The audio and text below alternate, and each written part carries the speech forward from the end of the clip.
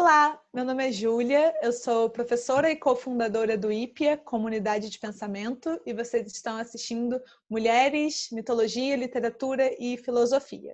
E hoje nós vamos falar sobre um comum entre mulheres na obra de Virginia Woolf e Margaret Atwood. Olá, meu nome é Viviana Ribeiro, sou professora e cofundadora do IPEA Comunidade de Pensamento. E hoje a gente vai conversar um pouquinho sobre esse tema que diz respeito a um comum, uma noção política, né? De comum, como é possível a gente criar um comum entre nós. Então, só situando um pouco essa discussão, ao longo da história, das mulheres, né? Diversos foram as práticas, os hábitos e as organizações ideológicas que atuaram constantemente nisso que a gente está chamando de comum entre mulheres. Então, existem alguns marcos históricos em relação a isso, e o marco histórico fundamental, em razão dos seus efeitos que perduraram até hoje, diz respeito justamente ao acontecimento que foi a caça às bruxas, a perseguição, a matança e a tortura de mulheres. E dentro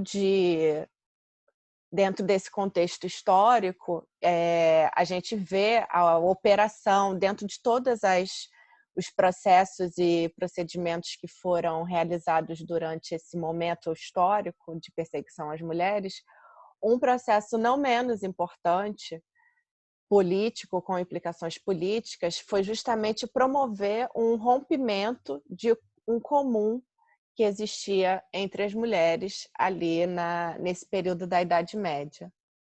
E esse comum diz respeito a um compartilhamento de práticas, de saberes, de locais de reunião, diz respeito também a um compartilhamento de um ambiente ou um lugar, especialmente de mulheres, em que existe uma comunhão entre elas. Então, o comum diz respeito tanto a um compartilhamento de práticas e saberes, como diz respeito também a uma comunhão afetiva. Então, a gente está falando sobre um período, o período histórico, né, precedente à caça às bruxas.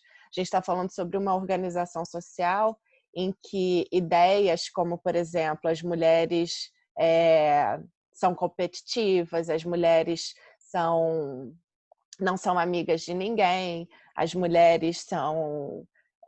todos os mitos, né, que envolvem, que integram a história das mulheres, a gente vê que na organização social real, o que nós tínhamos era uma efetiva comunhão entre mulheres. E essa comunhão passava necessariamente por essa transmissão de saberes e o lugar do cuidado. Então, a gente tem uma organização social em que as mulheres detêm os saberes relativos ao tratamento das doenças, saberes oriundos da prática, da lida com materiais da natureza, né? E mulheres que... A gente está falando sobre um período em que não existe ainda a institucionalização da medicina. Então, as mulheres cumpriam esse papel social, isso é importante dizer, né? Essa organização de mulheres não diz respeito apenas a uma organização subjetiva, né? Individual, a um grupinho, não. Era uma organização que cumpria um papel social, uma função social. Então, nesse lugar de detentoras dos saberes relativos à saúde, às doenças e à saúde, aos saberes curativos, mas também e fundamentalmente aos saberes relativos ao controle da reprodução, essas mulheres, então, cuidavam, né, especialmente das populações ou das pessoas mais pobres, em termos de saúde, e também transmitiam esses saberes, esses aprendizados de geração em geração. Então, a gente está falando sobre uma efetiva organização social em que estava configurado de uma forma muito profunda e consolidada, isso que a gente está chamando de um comum entre mulheres. E diversos procedimentos e processos aconteceram, instaurados, né, a partir desse fato concreto que foi a perseguição às bruxas, a caça às bruxas, e esse processo envolveu diversos mecanismos de, exatamente, apesar, né, e para além de toda a sua violência explícita e de outros efeitos, um dos efeitos foi justamente produzir esse rompimento de comum, essa tradição que as mulheres cultivavam entre si e transmitiam para as mulheres das novas gerações, para as mulheres de aldeias diferentes, e etc. Então, por exemplo, né, isso a gente vai ver um exemplo que deixa essa questão bastante expressa, que é no livro Caliban e a Bruxa, da Silvia Federici, que ela vai mencionar sobre a desnaturação, né, ou vai contar um pouco sobre a história do termo de fofoca, né, quando se tornou um termo pejorativo, que antes se dizia apenas sobre uma reunião, sobre uma conversa entre mulheres. Então, é a partir desse período histórico que a reunião entre mulheres passa a ser algo ostensivamente perigoso, passa a ser uma questão de Estado, passa a ser uma questão da política. Então, o que a gente vai perceber é justamente esse rompimento contínuo do comum. Hoje em dia, sob o capitalismo, existem outros mecanismos que promovem essa ruptura contínua, né, de um comum possível entre mulheres, a vigência ainda, né, sobre esses mitos sobre a competitividade, ou a atualização dos mitos da Idade Média incorporados, né, no mito da beleza.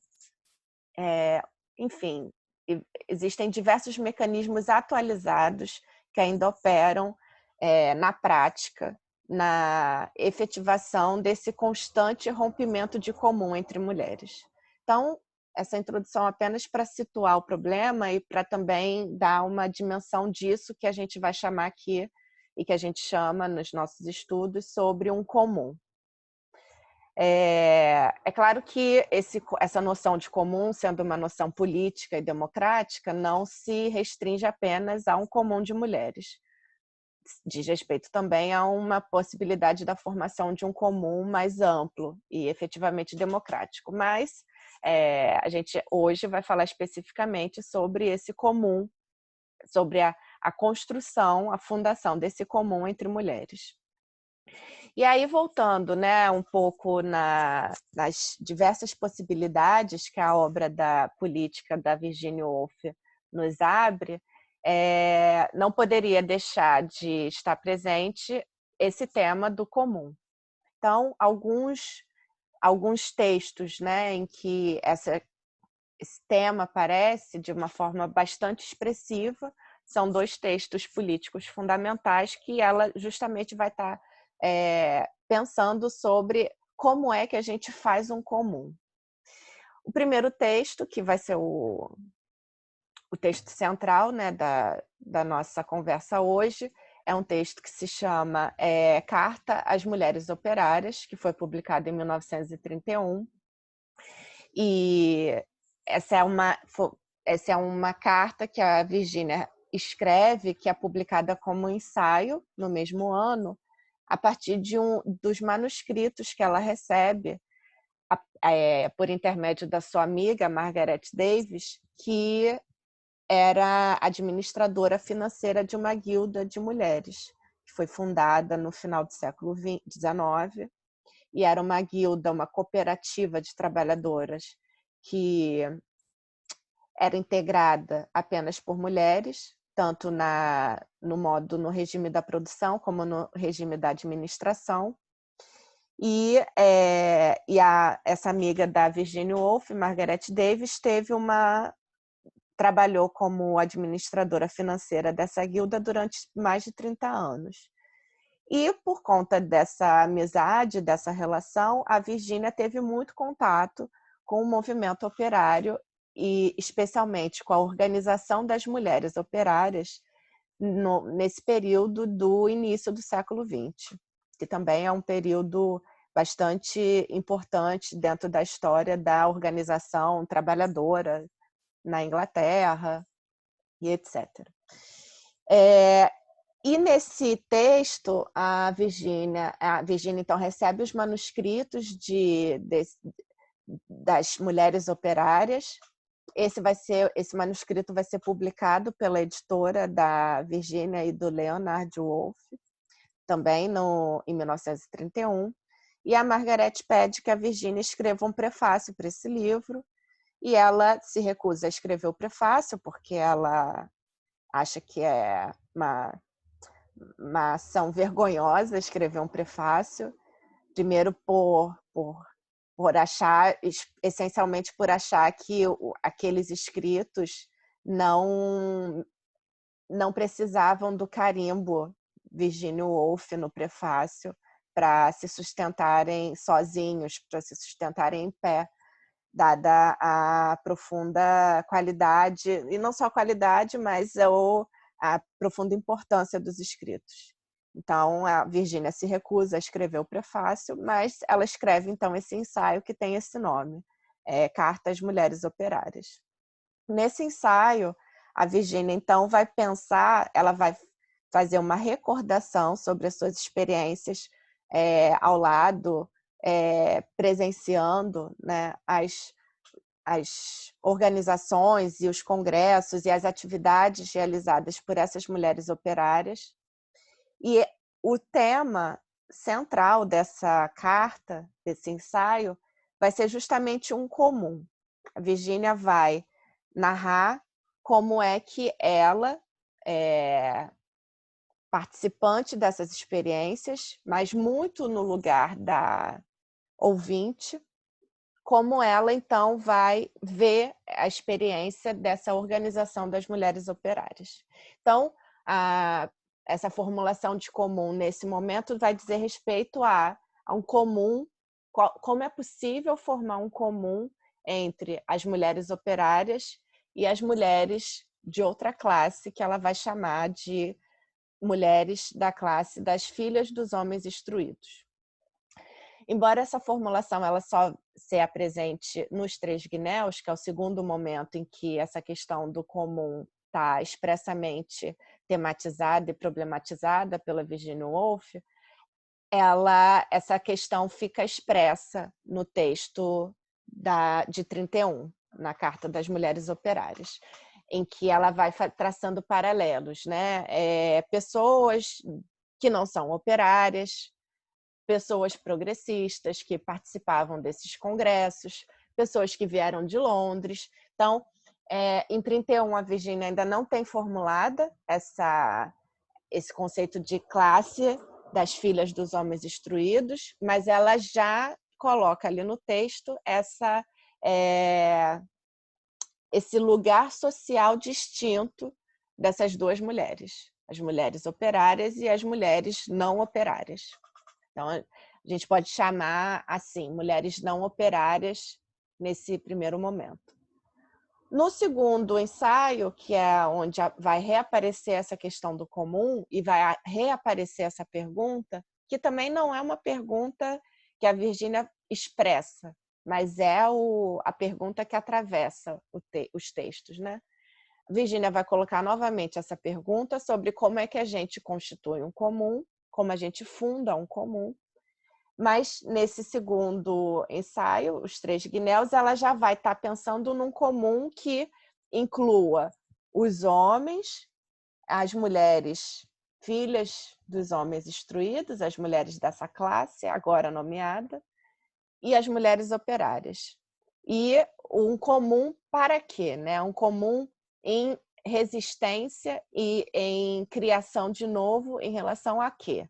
No caso dos Três Guinéus, especificamente em relação à fundação de uma nova sociedade não patriarcal, que vai ser a discussão que a Virgínia vai tratar, em pensar sobre os mecanismos de fundação da sociedade patriarcal a partir do advento, ou a partir do fato que é a guerra. Então, a Virginia, nos Três Guinéus, vai desenvolver essa argumentação para pensar na fundação de uma sociedade não patriarcal. Então, o tema do comum vai voltar nos Três Guinéus em 38. Mas o que eu queria falar hoje, né, conversar hoje com vocês, é especialmente sobre o texto de 31, que é um texto que é de extrema importância para o pensamento político da Virginia Woolf, além de ser um texto belíssimo, em que ela vai, então, pensar que comum que é possível entre as mulheres não operárias e as mulheres operárias, e a partir desse texto ela vai lançando diversas luzes e diversos caminhos para nos auxiliar a pensar numa recomposição desse grupo, desse comum.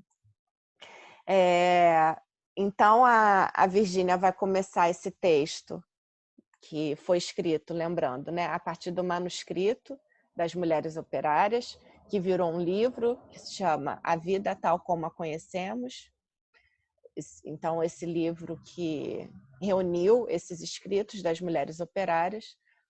E aí a Virginia vai começar a carta dizendo: me lembro do congresso em que eu estive presente em 1913. Mas não só ela, né? Ela vai dizer, não só eu, né? Todos seus amigos ilustrados, mas ela também não usa essa palavra, mas todos os seus amigos, Margaret Davis, né? Que vieram de Londres para participar como ouvintes do congresso realizado pelas mulheres operárias. E ela vai dizer sobre a profundo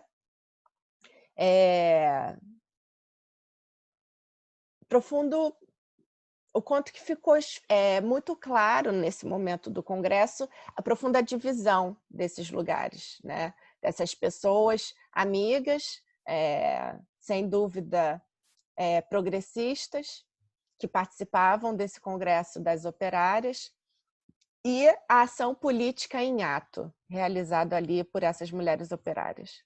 E aí ela vai fazer uma descrição do Congresso, vai dizer como é que essas mulheres se posicionavam, como a forma como elas falavam, e ela vai dizer, foi impressionante, cada uma se levantava a cada 5 minutos e atirava os seus argumentos. E assim sucessivamente ao longo dos dias inteiros dos congressos. E aí ela de cara vai dizer o seguinte, o que essas mulheres demandavam nesse congresso em 1913? Elas demandavam por melhores salários, melhores condições de trabalho, elas demandavam por banho, elas demandavam por luz elétrica, elas demandavam por educação das crianças, por aumento do tempo de educação das crianças por mais de 14 anos. E aí ela diz, e na sequência com que as demandas iam sendo apresentadas, foi se instaurando um mal-estar entre nós da plateia. Por quê? Porque ao mesmo tempo que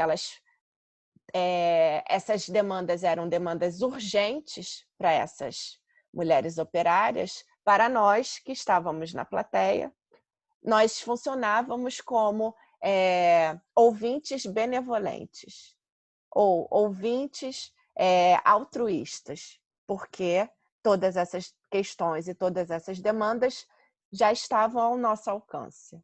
Nós já tínhamos salário e já tínhamos banho. E aí ela vai dizer, batíamos palmas a cada explosão de argumentação, batíamos palmas, mas nossas palmas eram hipócritas e eram vazias, porque não tinham a carne. Então, vejam, né? Ela já coloca, no início desse texto, ela já coloca de forma bastante delimitada que se tratam de pessoas de duas classes diferentes. E aí ela vai problematizar que papel cumpre eles ali, naquele congresso, e o que é possível de ser feito a partir dali, né? Então, em relação a esse aspecto, ela vai dizer o seguinte: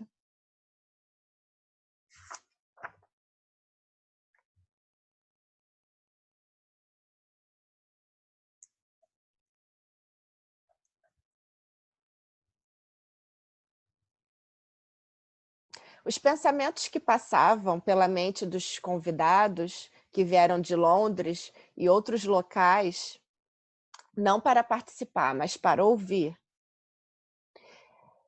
todos pensavam: de que se tratava tudo aquilo?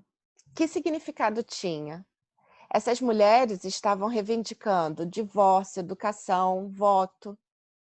Estavam reivindicando melhores salários, menos horas de trabalho. O que poderia ser mais razoável?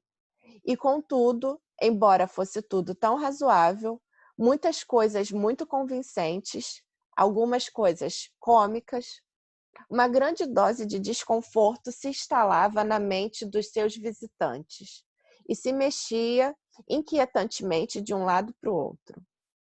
Todas essas questões, talvez isso estivesse na base do desconforto, que importam tão intensamente às mulheres aqui, questões relativas a saneamento, educação, salário, reivindicação por um shilling a mais, por um ano a mais de escolarização, por 8 horas em vez de 9 horas atrás de um balcão ou em uma fábrica, me deixam como um ser de carne e osso insensível. Se todas as reformas que elas reivindicam fossem concedidas nesse mesmo instante, isso não afetaria um único fio de cabelo da minha confortável cabeça capitalista. Portanto, o meu interesse é meramente altruísta. É esparso, empalidecido. Não há nenhum sangue vital ou urgência nele.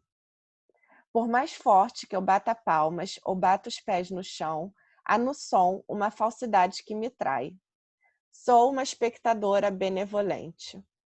Estou irremediavelmente apartada das protagonistas, das mulheres operárias. Sento-me aqui hipocritamente, batendo palmas e batendo os pés no chão, uma proscrita do grupo. Além de tudo, a minha razão não podia deixar de me assegurar que, ainda que a proposta, qualquer que fosse ela, ganhasse aprovação unânime, o ruído das palmas e dos pés batendo no chão era vazio, sairia pela janela e se juntaria ao alarido dos caminhões e à refrega dos cascos sobre as pedras do calçamento.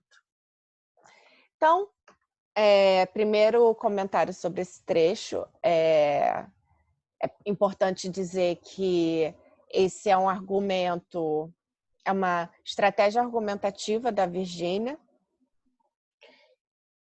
porque ela inicialmente vai colocar a questão como se de saída fosse uma questão impossível de se resolver, né? Ela vai dizer todas essas demandas, toda essa linda organização produzida com efeitos reais por essas mulheres operárias, todas essas demandas são fundamentais.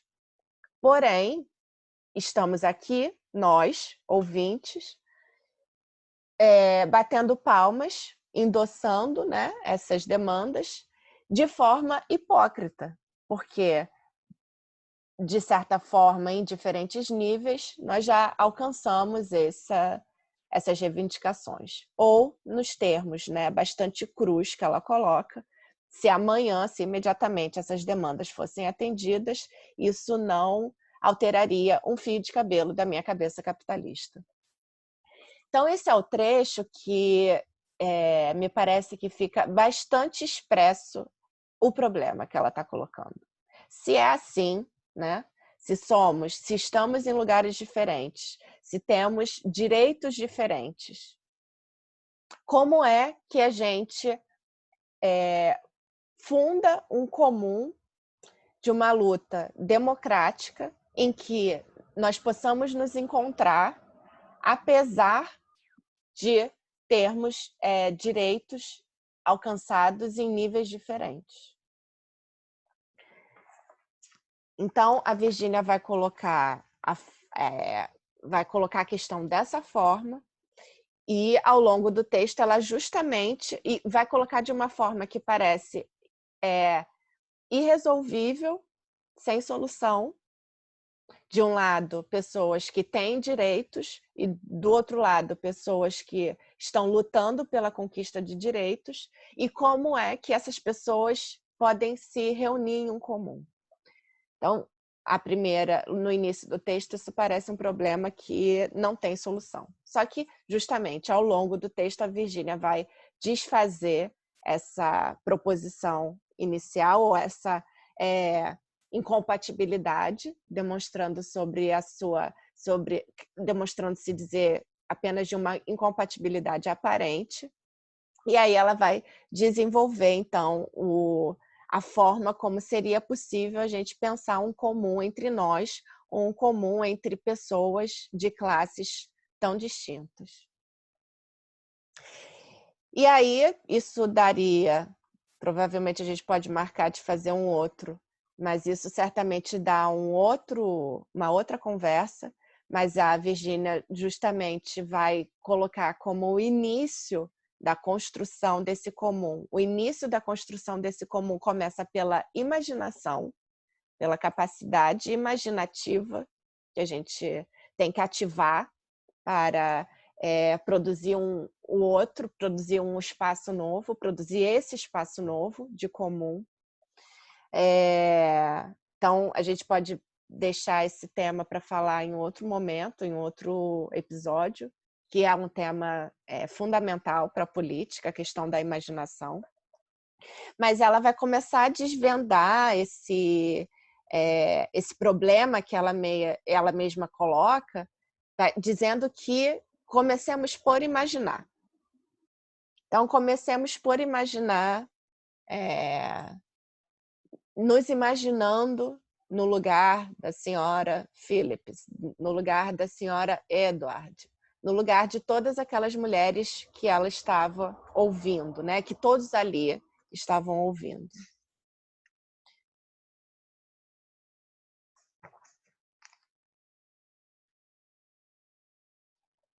O que ela diz?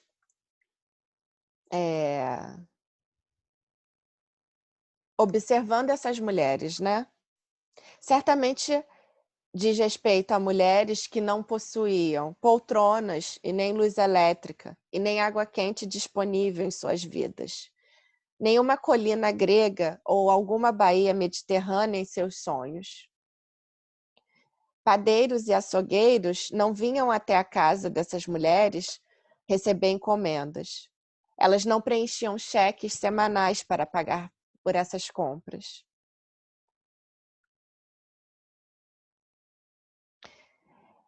Se viajavam, era num dia de piquenique, com comida em sacolas, de sacolas de feiras e bebês nos braços. Elas não andavam pela casa dizendo que isso precisava ser lavado e aquilo precisava ser trocado. Elas mesmas mergulhavam os braços na água quente e esfregavam, elas mesmas, as roupas. Em consequência, seus corpos eram atarracados e musculosos, suas mãos eram grandes, e elas tinham gestos lentos e vigorosos das pessoas que, com frequência, são tensas e desabam, cansadas, em uma cadeira de encosto duro. Elas não tocavam em nada com leveza. Elas pegavam papéis e lápis como se fossem vassouras. Seu rosto era firme e fortemente vincado e marcado por profundas rugas. É como se seus músculos estivessem sempre retesados ou sob tensão. Seus olhos pareciam estar sempre fixados em algum momento, em panelas transbordando, em crianças fazendo travessuras. Seus lábios nunca expressavam as emoções mais leves e as mais soltas que atuam quando a mente está perfeitamente despreocupada com o presente. A mente totalmente despreocupada com o presente diz respeito à urgência da vida, né? A urgência de realizar a sobrevivência. Isso é isso o sentido dessa frase. Não, elas não eram nem um pouco soltas e despreocupadas e cosmopolitas. Elas eram provincianas e estavam arraigadas a um determinado local. Então, ela continua, por isso que é muito, eu até comentei isso na live que a gente fez ontem, né? Ela continua para a Virgínia muito claro, a Virgínia não é uma tola, né? É muito claro que as mulheres, as diferentes mulheres ocupam diferentes classes sociais, com diferentes direitos. Então, ela justamente, e até para desfazer qualquer ataque que ela pudesse receber por esse texto, né? Então, ela deixa muito expresso essas descrições da vida das mulheres operárias. É uma maneira de concretizar e produzir o caminho que ela vai chegar ao final do texto sem ser de uma maneira hipócrita. Porque se não fosse assim, ela poderia ser acusada, né, de estar pensando e falando para que mulheres que ela está falando. Que tipo de mulheres que ela está, para que grupos ela está pensando. Então, toda essa expressão, né, da vida das mulheres operárias é fundamental para delimitar e demonstrar o que ela está dizendo e demonstrar que ela não é uma tola política. Então, e o que ela está pensando não diz respeito a uma ideia abstrata de democracia ou uma ideia abstrata de fundação de um comum. Mas ela está pensando nas relações reais. Bem, ao modo marxista, ao modo spinozano, ao modo dos pensadores materialistas, que pensam a partir das coisas.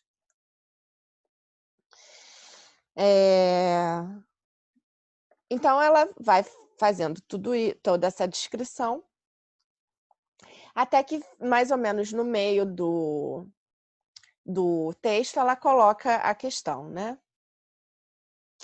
Dissemos que o Congresso havia suscitado pensamentos e ideias dos mais variados tipos. Tinha sido, ao mesmo tempo, uma revelação e uma desilusão. Ao mesmo tempo, tínhamos nos sentidos humilhadas e enraivecidas. Para começo de conversa, toda a fala das mulheres operárias, ou a maior parte dela, era sobre questões reais. Elas queriam banho e dinheiro.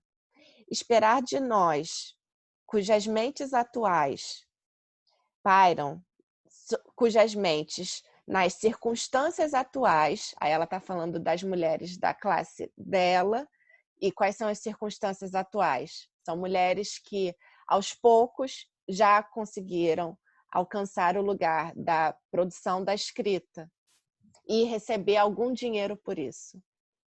Então, esperar que nós, cujas mentes, sob as circunstâncias atuais, pairam livres no ponto extremo de uma limitada extensão de capital, nos restringamos novamente a essa exígua gleba de consumo e desejo.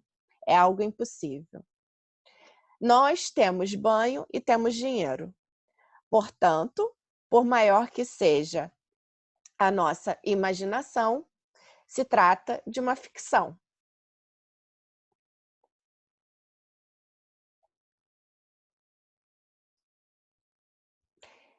E aí ela começa o desenvolvimento, então, para saltar dessa fase da produção desse comum, da imaginação para o real. E ela vai ainda falar mais, vai dar outros exemplos da vida, né, dessas mulheres, tais como foi, tal como é.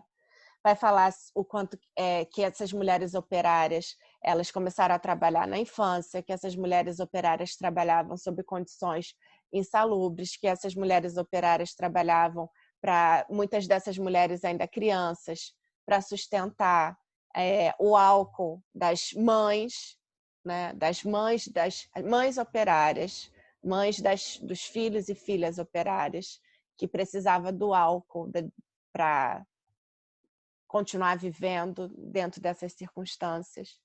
Então, ela vai trazer todo um retrospecto dessas mulheres. E aí ela começa um elogio belíssimo. Não a circunstância de vida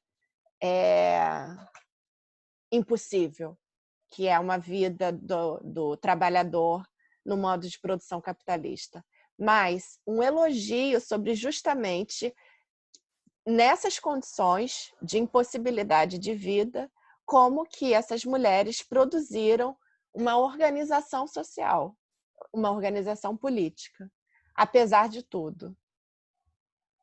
Então, ela vai dizer, depois que ela faz de novo esse relatório, né, dessas circunstâncias de impossibilidade de vida, ela vai dizer assim: por mais surpreendente que possa parecer, a natureza humana é tão dura que, mesmo adquirindo essas feridas na mais tenra idade, sobrevive a elas.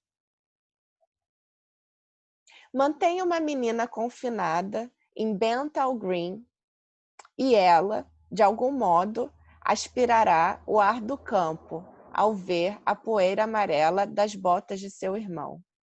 E de nada lhe valerá, mas ela precisará ir até lá para ver o chão limpo. Ponha garotas, depois de uma infância, cuidando dos irmãos menores e lavando degraus de entrada de casas, numa fábrica, quando elas têm 14 anos, e os seus olhos voltarão para a janela e elas se sentirão felizes, porque uma vez que a oficina fica no 6º andar, o sol pode ser visto irrompendo sobre os montes. E isso era sempre de grande consolo e alívio. Ainda mais estranho, caso se precise de prova adicional da força do instinto humano para escapar da sujeição e se apegar, seja a uma estrada do campo, seja ao nascer do sol por sob os montes, é o fato de que, sem dúvida, os mais altos ideais de dever florescem tanto numa sombria fábrica de chapéus quanto num campo de batalha. Aí, aqui, a Virginia já está abrindo caminho para o que ela vai desenvolver nos Três Guinéus, né? Fazendo esse correlato entre uma organização política, social e uma organização que diz respeito a uma vitalidade, apesar das circunstâncias terríveis. Essa vitalidade que está presente dentro dessas condições, da possibilidade de organização dessas condições. E ela diz, essa vitalidade que pode ser engendrada dentro da fábrica não é menor do que as glórias num campo de batalha. Então, o tema, né, da honra, da guerra e da reconstrução, né, de uma sociabilidade em outras bases, presente aqui também nesse texto.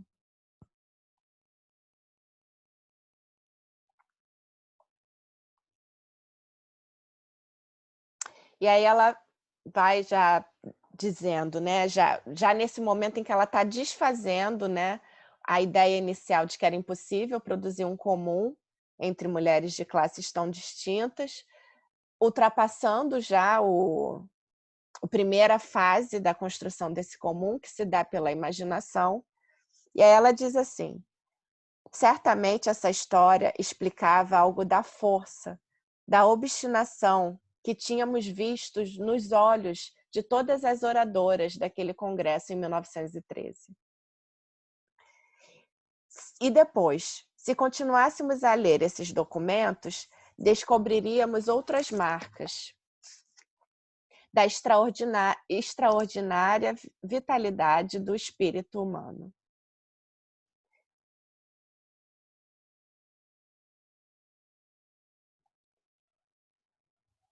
Essa energia que nenhuma quantidade de partos e de horas dedicadas a lavar louça pode sufocar.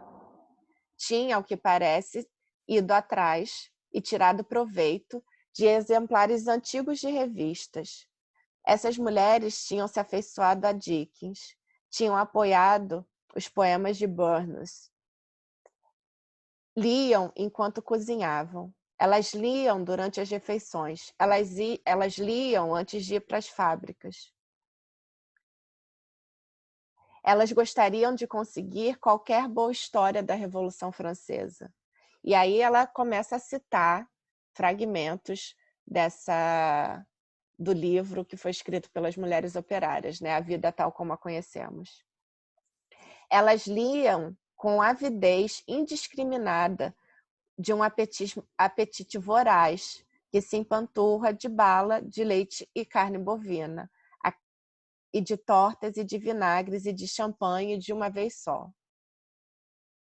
Naturalmente, essas leituras geravam discussões. A geração mais nova tinha a audácia de dizer que a Rainha Vitória não era nem um pouco melhor que uma honesta faxineira, que tinha criado seus filhos respeitavelmente. Elas tinham a temeridade de duvidar se dar pontos retos nas abas de chapéus masculinos seria o único propósito e objetivo da vida de uma mulher. Elas suscitavam discussões e até mesmo formavam sociedades rudimentares de debates dentro das fábricas. Com o tempo, até as modistas mais antigas acabaram sendo sacudidas em suas crenças e passaram a pensar que podia haver outros ideais no mundo além dos pontos retos da Rainha Vitória. Ideais estranhos que estavam, de fato, fervilhando em seus cérebros. Uma moça, por exemplo, raciocinaria, enquanto caminhava ao longo das ruas da vila de uma fábrica, que não tinha direito de trazer uma criança ao mundo se essa criança fosse ganhar a vida em uma fábrica. Então, esse texto me deixa profundamente impressionada, né? As ideias que ela coloca nesse texto, porque ela vai dizer que as circunstâncias impossíveis de vida produziram justamente toda a experiência necessária para que essas mulheres, num futuro, pudessem se organizar nas fábricas. E um segundo elemento, né, adicionado a esse processo, a comunhão que vem a partir do compartilhamento desse espaço dentro da fábrica, que não se limita apenas em pensar imediatamente sobre as questões relativas à própria subsistência e à própria sobrevivência. Então, como essas mulheres em comum, no espaço da fábrica, liam e discutiam o que liam. E à medida em que essas discussões e essas reuniões se aprofundavam dentro do espaço da própria fábrica, foi que as mulheres puderam começar a sua organização política.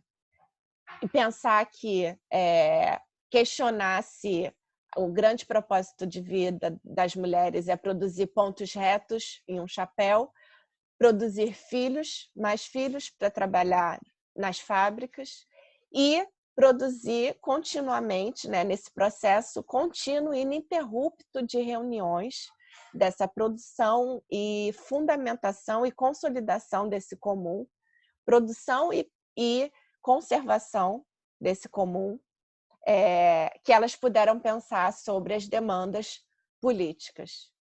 Então, o que começa em um questionamento sobre o que estão fazendo, termina, de acordo com a Virgínia, com um questionamento na rua, demandando por divórcio, taxação das grandes fortunas, taxação das propriedades, mais educação para os filhos, menos horas de trabalho.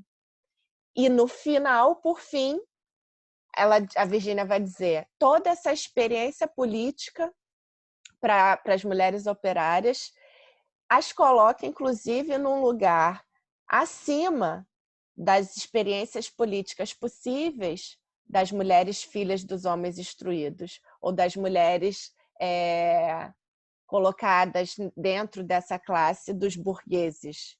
Porque essas mulheres que tipo de comum que elas podem produzir entre elas e entre as mulheres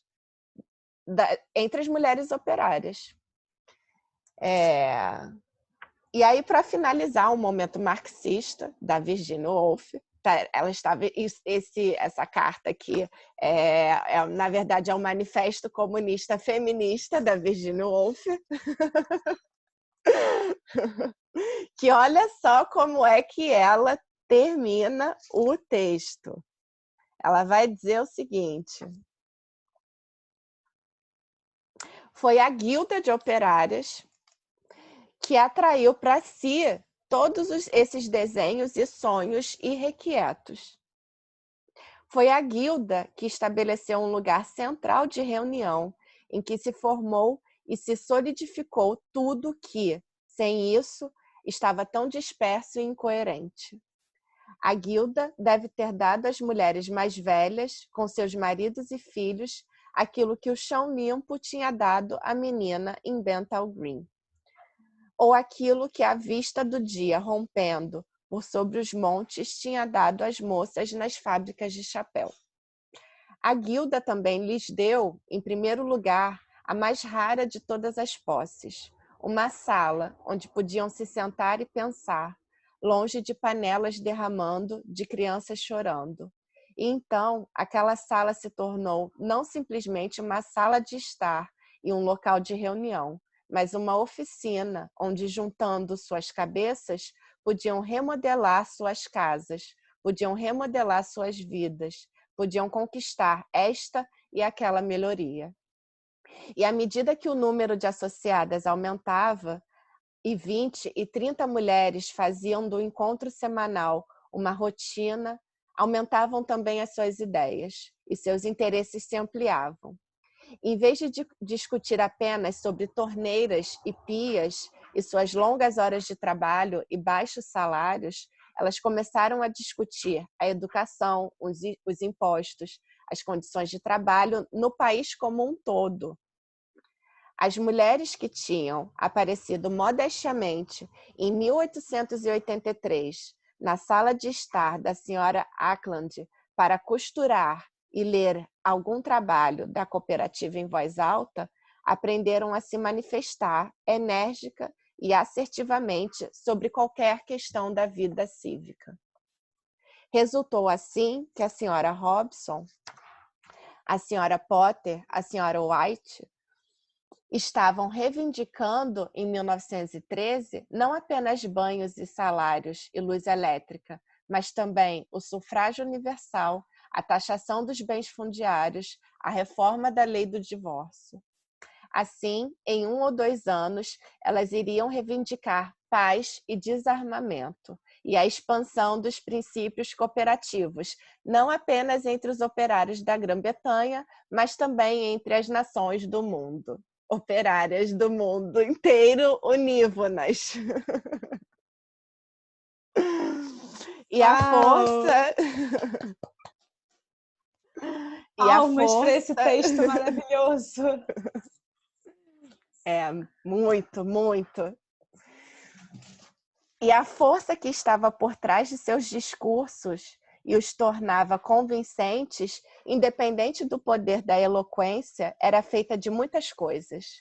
De homens com chicotes, de quartos com doentes, onde caixas de fósforos eram produzidas, de fome e frio, de muitos e difíceis partos, de muito esfregar o chão e lavar roupa. Das reuniões semanais nas guildas de mulheres, de comitês, de congressos em Manchester e em outros lugares, tudo estava por trás de cada uma daquelas operárias.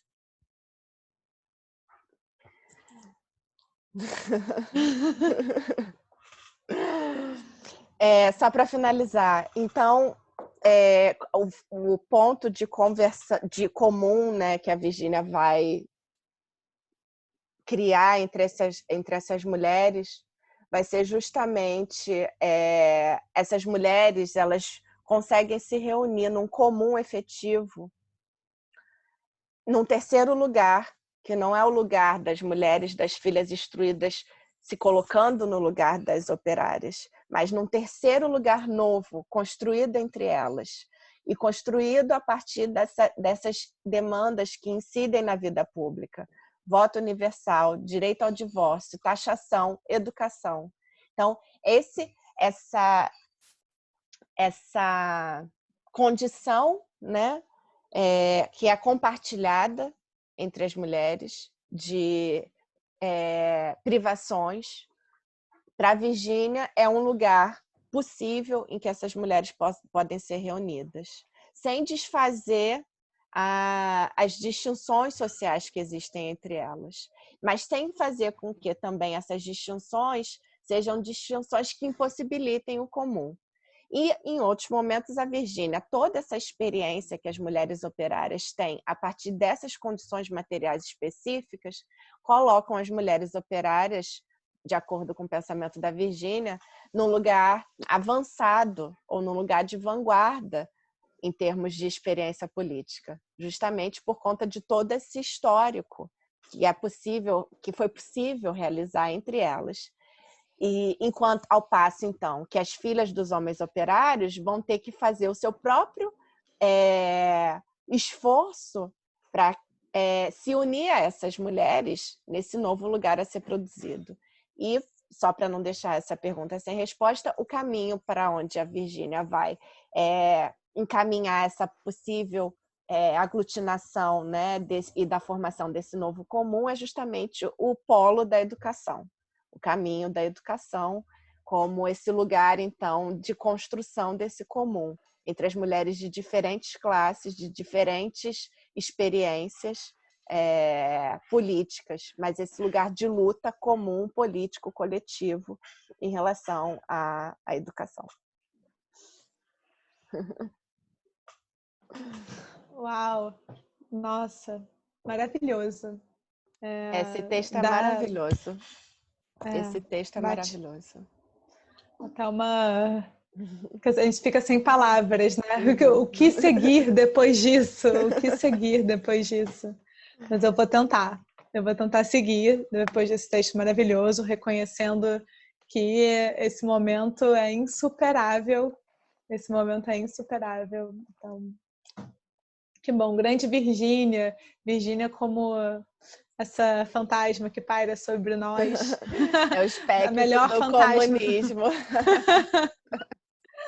Maravilhosa. Bem, eu gostaria de trazer para a conversa, né, para contribuir aqui com a nossa discussão, com o seu estudo sobre a Virgínia. Primeiro, eu queria ressaltar alguns pontos que eu acho que são os pontos que encontram com a minha fala hoje.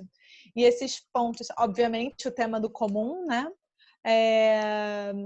A criação de um comum entre mulheres de classes diferentes, né? Isso eu acho muito importante ressaltar, que tem, obviamente, de pano de fundo essa aliança entre as mulheres. Um lugar de privações e silenciamentos ao quais as mulheres estão submetidas e que por contrapartida, geram nessa aliança, nesse encontro, nessa aliança, a voz, né? A potência, o falar, o escrever, o se unir, e a guerra, né? A guerra, que foi um tema que você tocou em algum momento e que você trabalha também bastante na sua pesquisa com a Virgínia.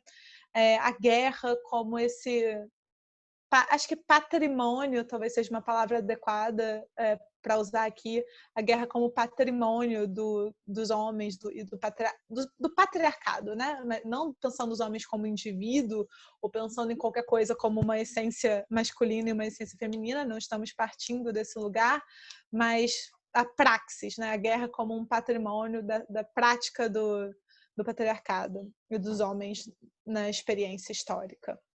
Então, eu acho que esses são lugares que tocam um pouquinho no que eu vou falar hoje, e eu vou falar sobre a Odisseia de Penélope, de uma escritora chamada Margaret Atwood. A Margaret Atwood, ela enfim, uma escritora impressionante também desse tipo de literatura, que tal como Virgínia, tal como Helena Ferrante, nos deixam muito impressionados, muito embasbacadas, muito movidas, né? Move muita coisa em nós. A Margaret Atwood escreveu o Conto da Aia e O Dia do Dilúvio e Oryx and Crake, vários livros muito importantes, Semente de Bruxa. E hoje eu vou falar sobre esse livro que ela escreveu, que é A Odisseia de Penélope. E esse livro vai protagonizar a Penélope, que é uma personagem da mitologia. Ela não é protagonista, né? Mas ela parece muito vinculada à história de Odisseu. Esse sim, protagonista de um texto de Homero chamado Odisseia. E a Odisseia de Penélope vai justamente pegar esse grande texto épico do Homero, um texto ali aproximadamente do século 8 ou 9 antes da Era Comum, um dos grandes poemas épicos, um dos textos fundadores da identidade grega, que vai contar a história do retorno de Odisseu da Guerra de Troia, Odisseu tentando voltar para casa depois da Guerra de Troia, que foi uma guerra que durou 3 anos, que os gregos moveram contra os troianos, e Odisseu, na tentativa de voltar para casa, vai encontrar vários desafios, vai lutar com monstruosidades, vai ser amante de deusas, vai ouvir o canto das sereias, enfim, o Odisseu aí como um grande herói, aquele que faz a jornada, aquele que vai para a guerra, aquele que fica 10 anos em guerra, o astuto, o inteligente, etc. E a Penélope, ela na mitologia clássica, na religião clássica grega, ela é lembrada por ser a esposa de Odisseu. Né? Como as mulheres normalmente são as irmãs de alguém, as filhas de alguém, as esposas de alguém. Penélope é a esposa de Odisseu e ela, nos 20 anos que Odisseu se ausenta na guerra e tentando voltar da guerra, voltar para casa, nos 20 anos que ele se ausenta, Penélope fica como rainha de Ítaca, fica como rainha do reino de Odisseu, e com o tempo os homens começam a desejar aquele reino. Eles não permitem que uma mulher fique soberana sem um marido tanto tempo.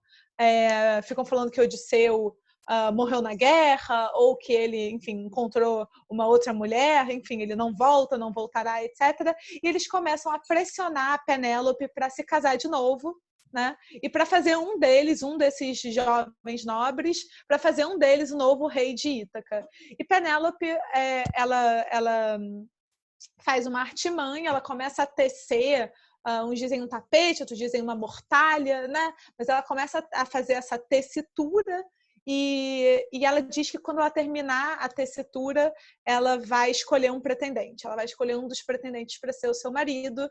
Só que ela não queria escolher um novo pretendente. Ela estava esperando por 20 anos, ela permaneceu esperando Odisseu. Então, ela de dia tecia esse pano e à noite ela desfazia esse pano. E assim ela deixou os pretendentes esperando até o retorno de Odisseu. Então, Penélope é lembrada na tradição clássica, na mitologia, por ser um exemplo de mulher virtuosa. Ela é uma mulher fiel, ela espera o marido, ela permanece casta, e eu ousaria dizer que ela é uma, se não for a única, se não for a única, ela é uma das únicas personagens femininas plenamente redentoras dentro desse imaginário do que seria essa mulher, né, na mitologia grega. Então, Penélope vai entrar para a história nesse lugar. Eu queria ler um trechinho muito rápido da Odisseia para vocês. É o canto 14. Industrioso Odisseu, grande era o mérito da que tomastes por esposa. Nobre os sentimentos da irrepreensível Penélope, filha de Ícaro, que soube manter-se sempre fiel ao seu esposo Odisseu. Por isso, jamais perecerá a fama de sua virtude, e os imortais inspirarão aos homens belos cantos em louvor da prudente Penélope. Então, a Penélope é essa mulher que merece ser lembrada por ter se mantido fiel ao seu marido, que se ausentou por 20 anos, 10 desses 20 anos na guerra, 8 desses 2 anos viajando e depois 8 anos sendo amantes de deusas, né? Sendo acolhido na cama de divindades. Então, a gente tem a Penélope como essa figura prudente, casta, fiel, inteligente também, e que vai ser lembrada dessa forma. A história é perpassada de vários elementos, né? Mas eu vou entrar agora na leitura da Margaret. A Margaret Atwood, ela vai reescrever a Odisseia, colocando a Penélope no protagonismo e contando a história a partir do ponto de vista da Penélope, né? Como é que Penélope viu essa história? Porque a Odisseia não é o ponto de vista da Penélope, né? A Odisseia é a exaltação do herói guerreiro, Odisseu, na sua jornada, onde ele faz guerra, mata monstros, dorme com mulheres e deusas, né? O pleno conquistador, no auge da sua virilidade, enquanto que Penélope vai ser considerada virtuosa por ficar em casa e por não fazer nada, né? E aí a Margaret vai dar voz a essa mulher, a Margaret Atwood vai dar voz a essa mulher mítica e vai recontar a sua história. E é muito curioso que logo no começo da Odisseia de Penélope, a protagonista e a pessoa que está contando a história é a própria Penélope, só que ela está morta. A história é contada por uma Penélope que vive no mundo dos mortos como um espírito, uma sombra e um espectro, e ela fala que nesse momento ela pode tentar fazer a sua voz ser ouvida. Então a questão do silenciamento das mulheres também está aí nesse primeiro momento do livro da Margaret Atwood. E aí eu queria só ler para vocês também mais um trechinho, né? Ela está no submundo e ela fala o seguinte: aqui, no mundo dos mortos, todos chegam com um saco igual aos usados para guardar os ventos, mas todos os sacos estão cheios de palavras. Palavras que a pessoa disse, palavras que ouviu, palavras que foram ditas a seu respeito. Alguns sacos são muito pequenos, outros grandes. O meu tem um tamanho razoável, mas boa parte das palavras se refere ao meu distinto marido. Ele me fez de tola, alguns dizem. Essa era sua especialidade, fazer os outros de tolos. Ele se safava de todas, outra de suas especialidades, safar-se.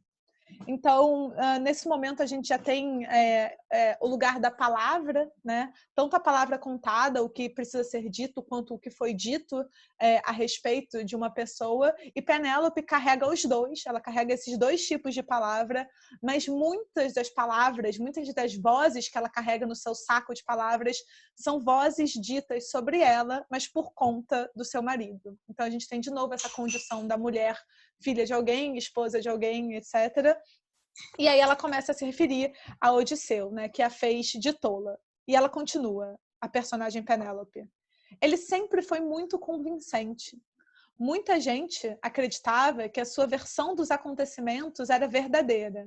Com talvez mais, talvez menos, alguns assassinatos, algumas lindas mulheres seduzidas e vagos monstros de um olho só.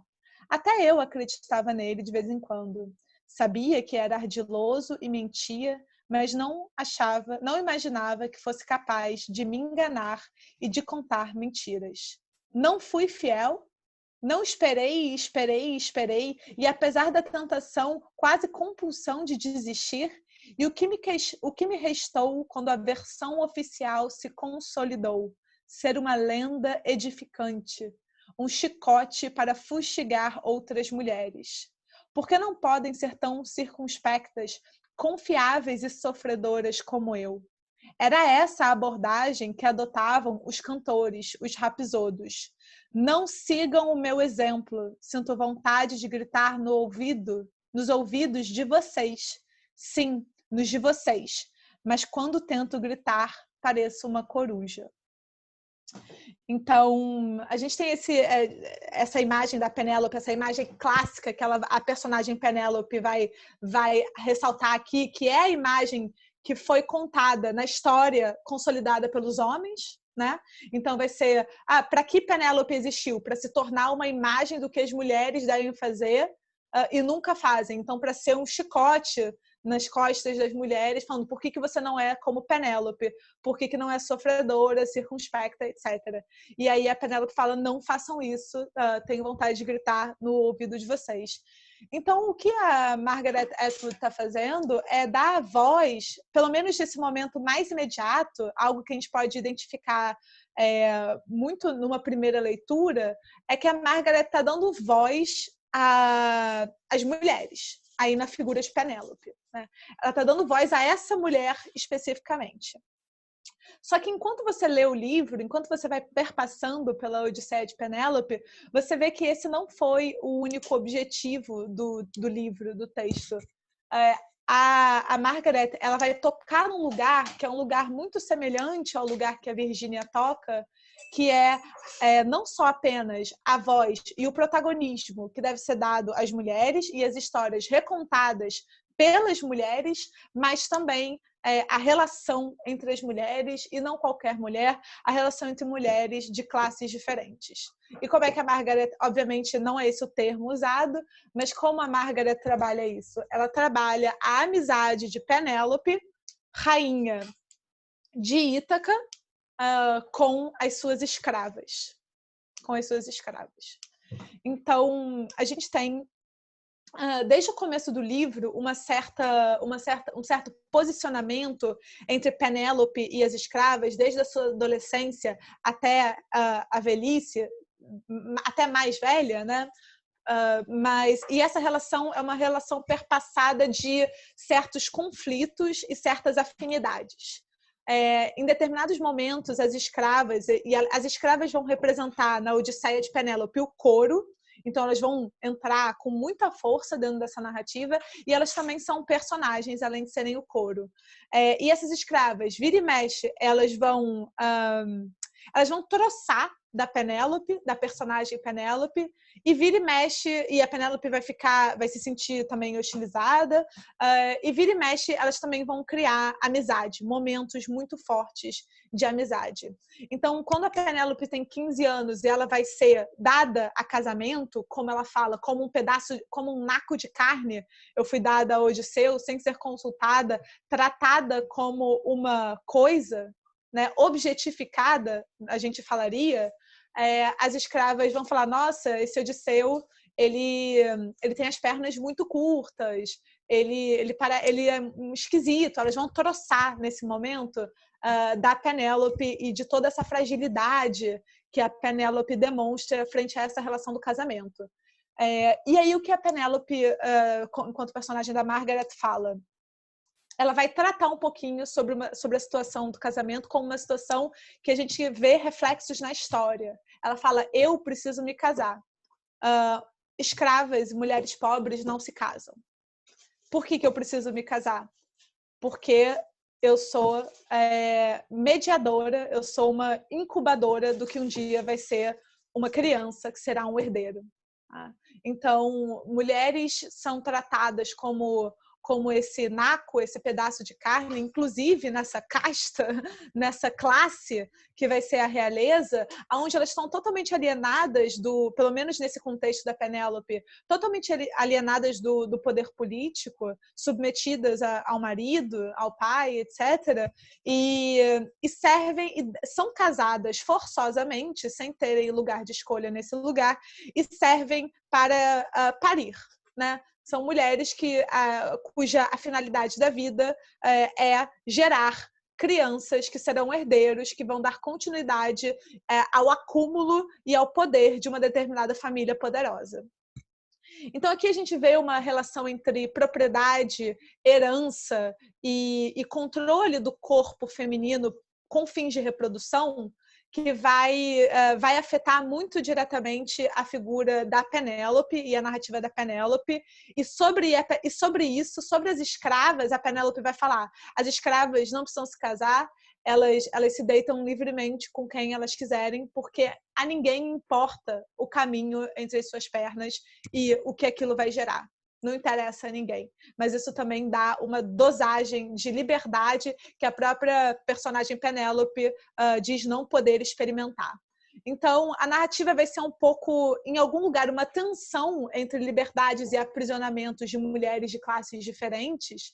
E aí eu penso nesse momento da Virgínia, ouvindo as demandas das mulheres proletárias e vendo ali, ainda que hajam opressões, são opressões diferentes, são outros mundos de opressão, e esse primeiro momento da narrativa é marcado por esse reconhecimento dessa separação, na verdade, que parece ser um momento que a Virgínia passa também aí ao longo da narrativa dela. Ela passa por um momento de reconhecimento de uma separação para depois achar o comum.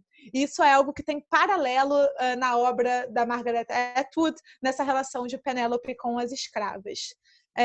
Bem, Penélope é casada, né? Melhor dizer, ela não se casa. Ela é casada, ela é dada em casamento como um naco de carne, como ela diz, a Odisseu. E pouco tempo depois, ela fica grávida e ela tem o seu pequeno filho, Telêmaco. E Odisseu, Telêmaco era ainda um bebê, quando Odisseu vai ser convocado para a famosa Guerra de Troia. Para a famosa Guerra de Troia, guerra movida dos gregos contra os troianos para tentar recuperar Helena, que ficou conhecida como Helena de Troia, mas na verdade Helena de Esparta, a mulher mais bela do mundo, né? Então Odisseu, ele vai se investir nessa guerra, né? Alguns dizem que contra a vontade, porque ele queria ver o seu filho crescer. De toda forma, não é essa a narrativa da Margaret, ele vai à guerra porque é desejo dos homens ocuparem o lugar do herói, né? Fazerem fama, terem seu nome lembrado para sempre, né? E é muito curioso que a Penélope, que conta a história, ela está no mundo dos mortos, né? Ela é um espectro da vida e ela conta essa história e enquanto que Odisseu, ele não consegue ficar no mundo dos mortos, ele fica toda hora dentro dessa narrativa fantástica reencarnando, digamos assim, porque ele busca renome, vitória e famas e experiências. Então tem toda essa psique masculina que vai buscar ocupar esse lugar da narrativa do herói, que é um lugar de conquistas, é um lugar imperialista, é um lugar de guerra, né? E o Odisseu, ele vai para essa guerra e ele fica 10 anos, ele se destaca nessa guerra. Ele é tanto um bom guerreiro, como ele tem uma eloquência, ele é muito astuto, ele é considerado muito inteligente, talvez até um pouco manipulador, como ela coloca, né? E a Penélope, ela fica no canto da história com a sua narrativa muito abafada. E nesse momento, enquanto morta, ela recupera a sua narrativa, né? Ela ganha a sua voz. E ela fala assim, agora que todos os outros perderam o fôlego, é minha vez de fazer o relato. Então, ela está superando aqui esse lugar de silenciamento, ainda que seja uma superação no nível literário, no nível da história, né? Uma superação do pós-morte, mas uma superação através do próprio ato de recontar a história das mulheres que a Margaret está fazendo. Então, agora que todos os outros perderam o fôlego, é a minha vez de fazer o relato. Devo isso a mim mesma. Tive de me esforçar para contar o caso. Contar histórias é uma arte menor. Coisas para velhas, andarilhos, rapsodos cegos, criadas e crianças. Gente com tempo a perder. Antigamente, as pessoas ririam se eu bancasse o menestrel. Não há nada mais ridículo do que uma aristocrata que se mete a artista. Mas a esta altura, não me importo mais com a opinião pública. A opinião de quem está aqui, das sombras, dos ecos. Portanto, vou tecer a minha própria narrativa. Então, esse trechinho já tem muita coisa, né? Tem uma própria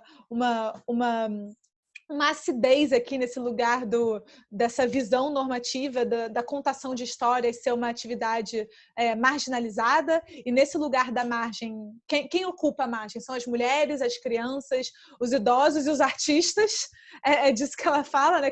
Os contadores de histórias, essas histórias que são consideradas uma arte menor, são esses os contadores de história, quem tem tempo a perder, né? Então, eu acho que a gente pode fazer um paralelo aí tanto com essa necessidade, esse lugar da arte de ser um lugar que floresce quando a gente não está ocupado estritamente com a sobrevivência, né? Então tem um pouco isso também, o teto todo seu, o lugar para você poder ler, estudar, escrever, fazendo um paralelo aí com o estudo da professora Viviana e a obra da Virginia Woolf. Enfim, e na medida em que a sua narrativa vai sendo contada, Odisseu está ausente. Odisseu quase não aparece nesse livro, quase não aparece nessa história. E a história dela, na verdade, tal como contada por Margaret Atwood, é uma história dos seus medos, das suas forças, das suas fragilidades, das suas potências, principalmente a história de como ela criou um laço com essas escravas e como essas escravas ajudaram Penélope a não sucumbir à situação que ela estava sendo ameaçada, hostilizada por esse coletivo de homens, homens nobres, né, aristocratas, príncipes, etc., que não permitiam que uma mulher governasse sozinha e queriam forçá-la a segunda vez ao casamento. E essa história de como Penélope, com a ajuda dessas outras mulheres, resiste à perpetuação dessa história, né? Bem no começo, no coro, no segundo capítulo do texto da Margaret Atwood, ela faz um coro que são as escravas cantando. E as escravas cantam assim, vou ler só um trechinho. Somos as escravas que vocês mataram, que vocês traíram. Dançamos leves, pés descalços no ar, no injusto balançar. Com deusas, vadias, rainhas, desde lá até aqui, vocês não se continham. Fizemos muito menos do que vocês fizeram, sem a menor piedade. Sua é a lança, sua é a ordem, basta querer. Limpamos o sangue dos nossos amantes no chão, do chão, das mesas, das escadas e portas, ajoelhadas na água, enquanto olhavam para os nossos pés. Não era justo explorar o medo. Vocês se divertiam, bastava erguer a mão para nos ver sofrer. Dançamos no ar, as escravas que vocês traíram e mataram. Então, esse canto é muito forte, né? Esse canto das escravas, ele é um canto das mulheres, na verdade. As escravas estão aqui representando a condição feminina. E do que elas estão falando? Do que elas estão falando? Enquanto Penélope se via naquela situação, ela teve o seu filho, né? Um pouco antes do Odisseu ir à guerra. O seu filho foi o primeiro momento nesse lugar comum, talvez, da maternidade, um lugar onde as mulheres mães conseguem criar uma empatia. É um dos primeiros momentos da narrativa onde as escravas e Penélope se veem, se reconhecem como iguais, se reconhecem como talvez amigas até já. E quando os pretendentes começam a não só cortejar, mas a ameaçar a soberania de Penélope, eles começam a ocupar o castelo, eles começam a comer todas as comidas, eles começam a deliberadamente tentar gerar uma situação de escassez e de miséria para provar que as mulheres não têm condição de governarem sozinhas. Porque se elas ficam sozinhas, olha o que acontece. Né? O reino fica, os estoques, os celeiros ficam vazios, não tem mais carne, não tem mais vinho, não tem mais pão, enfim, o mundo entra em caos, sendo que eles estavam deliberadamente forçando essa má administração, digamos assim, para empurrar a Penélope a aceitar uma autoridade masculina. E quando ela se vê cada vez mais encurralada nesse lugar, ela vai até essas escravas e ela pede ajuda. Ela pede ajuda a elas, ela pede para que, como essas escravas, como essas mulheres, elas podem andar livremente. É muito curioso esse paralelo, né? Ela pede ajuda às escravas porque as escravas podem andar livremente. Porque o corpo da Penélope, ele está nesse lugar da propriedade, assim como as escravas também estão, mas é de uma maneira diferente, né? E como elas podem andar livremente, ela pede para que as escravas, enquanto servem o pão, o vinho, etc., que elas escutem, sejam os ouvidos delas entre esses homens, entre esses 12 homens que estão competindo pela sua mão em casamento, mas na verdade competindo pelo seu poder, competindo pelo trono, pelo poder político, né? Pelo poder de enfim, organização, gestão da cidade, etc. E essas escravas começam a se fazer dos ouvidos da Penélope, e enquanto a Penélope vai tecendo esse tapete, vai fazendo essa tessitura à noite, e a noite vai destecendo para todo dia continuar, e assim nunca precisar escolher um pretendente, ela, a Penélope e as escravas, são 12 escravas, elas começam a se encontrar à noite, e fazem pequenas reuniões que, primeiramente, tinham o objetivo de serem reuniões para que Penélope fosse inteirada do que estava sendo dito no reino, mas que se tornaram momentos de compartilhamento, momentos de contação de histórias, momento de amizade entre mulheres, né? Então, eu vou ler para vocês mais um trechinho. Escolhi para me ajudarem as mais jovens, pois estavam comigo desde sempre. Eu as havia comprado ou recebido quando eram bebês. Elas brincavam com o Telêmaco e foram cuidadosamente treinadas para desempenhar as tarefas. Eram moças cheias de energia e agradáveis. Faziam algazarra e riam alto às vezes. Todas as moças agem assim, e eu até me animava ao ouvir suas conversas e canções. Tinham lindas vozes, todas elas, e haviam aprendido a usá-las muito bem. Elas serviam como os meus olhos e ouvidos dentro do palácio e ajudaram a desfazer a trama por trás da porta trancada, no meio da noite, à luz de tochas, por mais de 3 anos. Embora tivessem de agir discretamente e falar baixo, sussurrando, essas noites tinham um toque de festa e até de diversão. Melanto, a de belas faces, surrupiava petiscos para beliscarmos. Pão com mel, vinho quente no inverno. Contávamos histórias enquanto realizávamos nossa tarefa de desconstrução. Contávamos anedotas e decifrávamos charadas. Sob a luz trêmula das tochas, nossos rostos diurnos mudavam. Tornavam-se mais meigos, assim como os modos. Parecíamos irmãs. Pela manhã, com os nossos olhos fundos pela falta de sono, trocávamos sorrisos cúmplices e furtivos toques de mão. As respostas dela, sim senhora e não senhora, acertavam com riso. E nem as moças nem eu levávamos esse comportamento servil a sério. Infelizmente, uma delas traiu o segredo do tecer interminável. Tenho certeza que foi acidente. Enfim, então o que acontece? Elas começaram a criar esse ambiente onde Penélope desfazia a tessitura desse tapete ou dessa mortalha que ela estava construindo, e ela era inteirada do que estava acontecendo entre os homens que tentavam conquistar o seu reino, e nesses momentos elas construíram amizade, né? Elas construíram amizade e elas dissolveram o resto de relação servil que ainda vivia entre elas.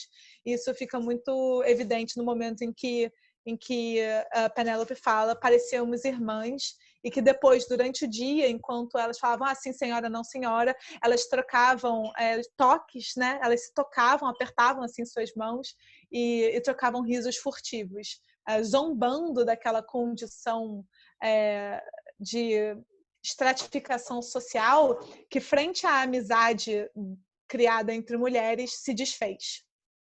Então, a narrativa segue e aí Penélope fala, infelizmente, o segredo vazou. Alguma delas comentou alguma coisa para alguém e aquele segredo vazou. E os homens descobriram que eles estavam sendo enrolados por Penélope e pelas suas escravas. E que eles estavam sendo ludibriados. E é curioso porque a gente vê essa astúcia muito presente na figura da Penélope, e a astúcia vai ser o elemento que vai qualificar eu acho que é a palavra que mais qualifica o próprio Odisseu, só que Penélope era muito astuta, né?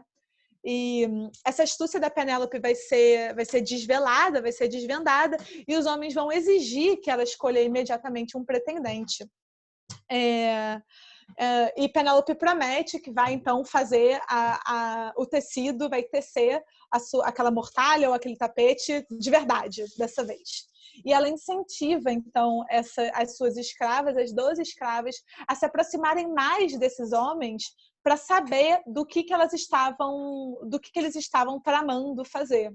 E ela até incentiva essas mulheres a falar mal dela.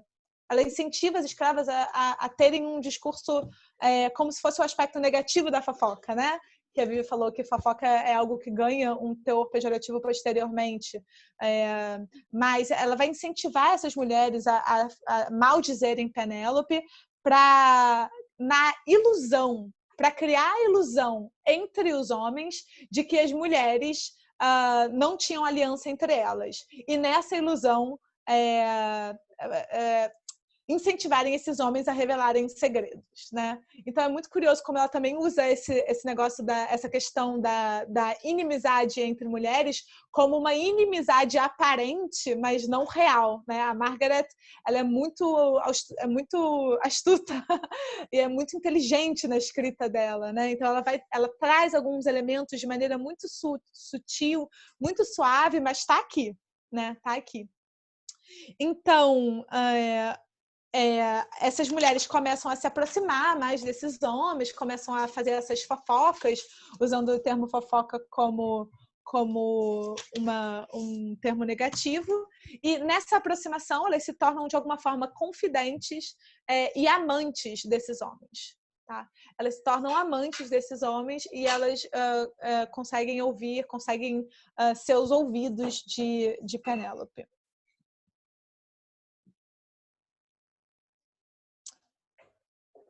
Então, algum tempo depois, finalmente, depois de 20 anos de guerra, o Odisseu, 10 anos de guerra e 20 anos, e mais 10 anos viajando por aí e conquistando deusas, como os homens acham, né, que é a façanha deles. Odisseu volta para Ítaca. E quando ele volta disfarçado e ele não confia imediatamente que Penélope foi fiel, né? Então ele testa um pouco a situação, ele não se entrega, ele não mostra quem ele é imediatamente, e ele vê que o seu reino está tomado por aqueles pretendentes que estavam usurpando o seu reino, tentando casar com Penélope, além de terem saqueado a maior parte dos seus tesouros. E ele se alia com seu filho, né? Os Telêmacos já eram adultos, tinham se passado 20 anos, então ele era um adulto. Odisseu ele vai se aliar com esse filho, sem revelar a sua identidade para Penélope, de novo, né, esse lugar de que os homens são mais confiáveis e que homens só têm amizade com os homens também. Ele vai se aliar com esse filho, sem se revelar para Penélope, e nessa aliança eles vão matar todos os pretendentes, todos os homens que estavam tentando conquistar o reino de Ítaca, através do casamento com Penélope. Então eles trancam as mulheres todas num lugar que é chamado Ala das Mulheres, né? Parece que nessas casas aristocráticas da antiguidade existiam, quer dizer, não só na antiguidade, mas existiam alas estritamente femininas, onde as mulheres eram confinadas, e ele vai trancar as mulheres na ala das mulheres e eles vão matar todos esses homens. E depois de matarem esses homens, eles vão pegar as 12 escravas, agora amigas, né? As 12 amigas de Penélope, e eles vão obrigar essas 12 mulheres a lavar o chão e as escadarias, enfim, e a limpar o sangue dos seus amantes. É sobre isso que aquela estrofe que eu li anteriormente diz. E depois disso, depois de limparem o sangue dos seus amantes, essas 12 mulheres, elas serão enforcadas. Elas serão condenadas à morte por se associarem a esses homens. e Penélope tinha sido drogada nesse momento, ela estava inconsciente, dormindo, e quando ela acorda, ela descobre que as suas 12 amigas foram assassinadas porque tinham justamente ajudado ela a manterem aqueles homens longe dela. E que Odisseu e Telêmaco, os dois homens da casa, né, os dois homens reais, tinham sido os autores desse crime contra as suas 12 amigas.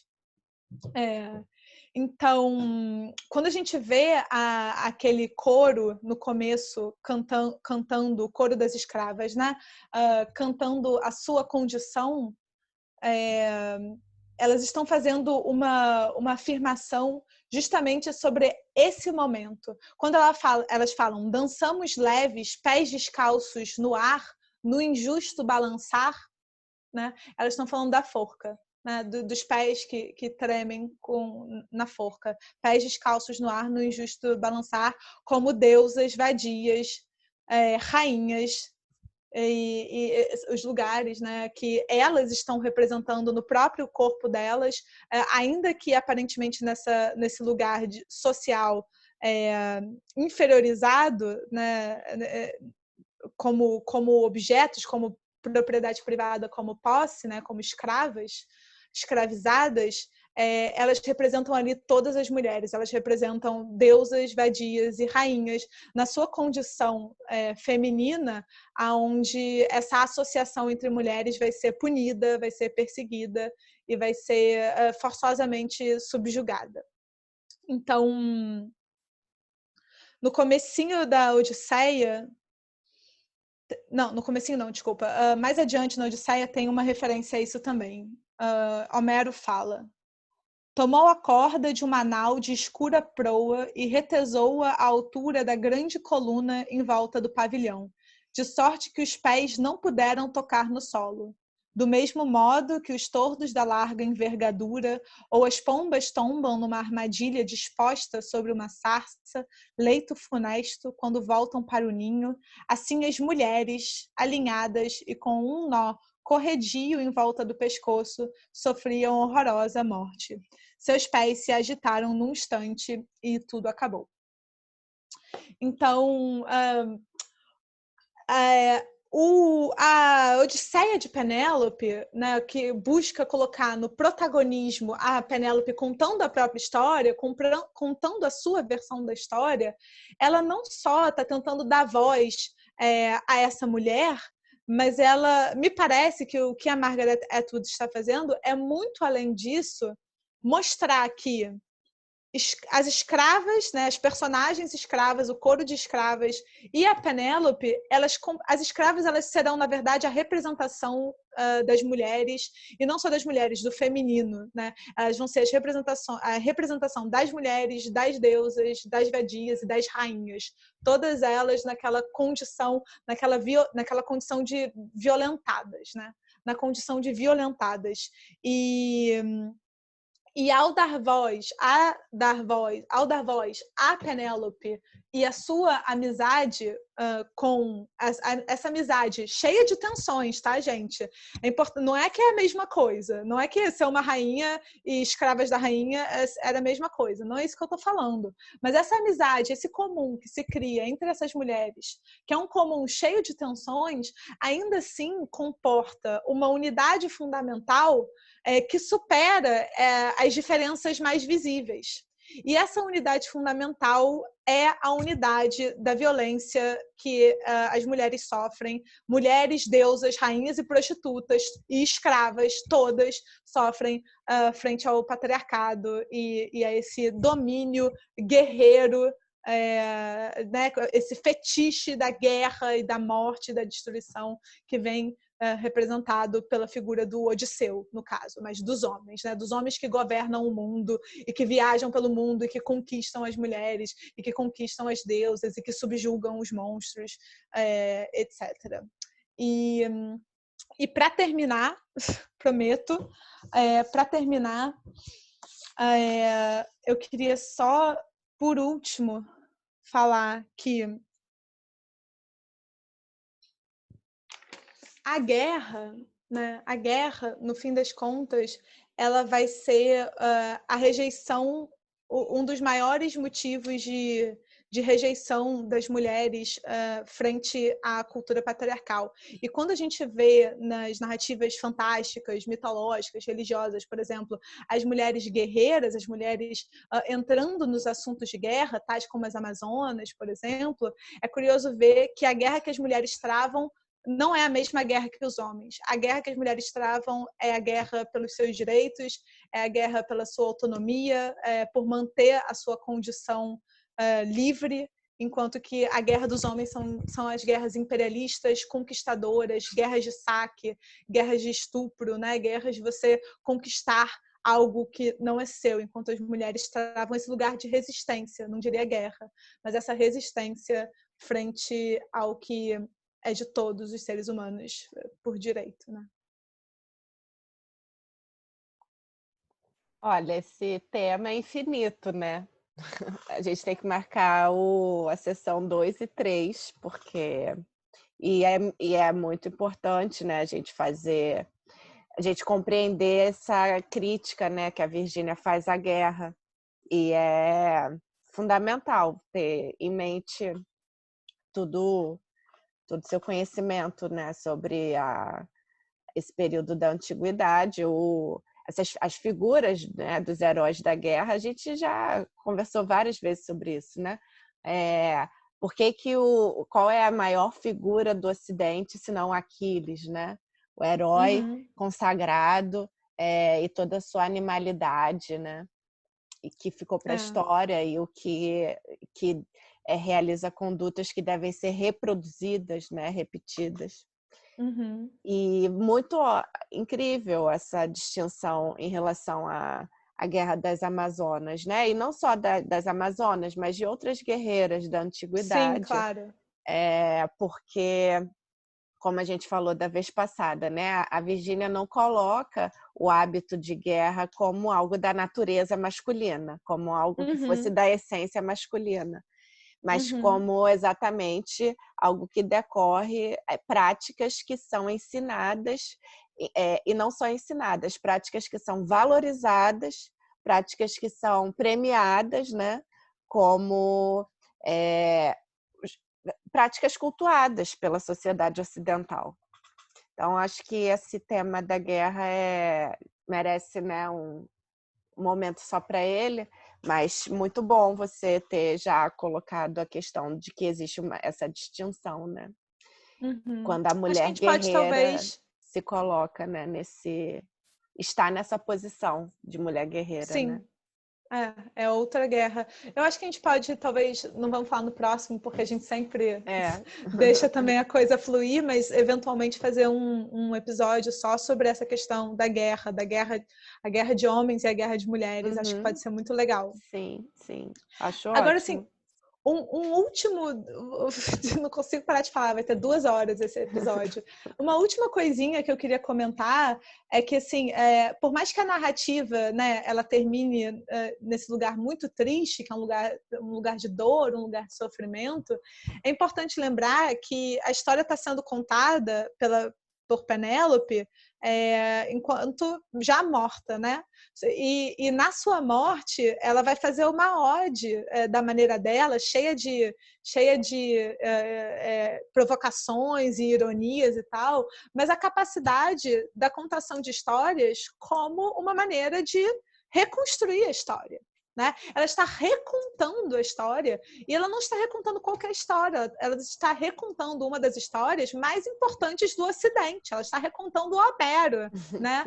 Então a Margaret Atwood está recontando o Homero através da boca de Penélope, e a força disso é gigantesca. Né? E esse primeiro momento do texto, onde ela fala, eu vou contar a história, né? Agora eu tenho voz, me parece que está muito afinado a esse lugar e a essa capacidade que a gente tem, e não só que a gente tem esse grande movimento que a gente está vivendo e que a gente está fazendo parte de recontar a história das mulheres.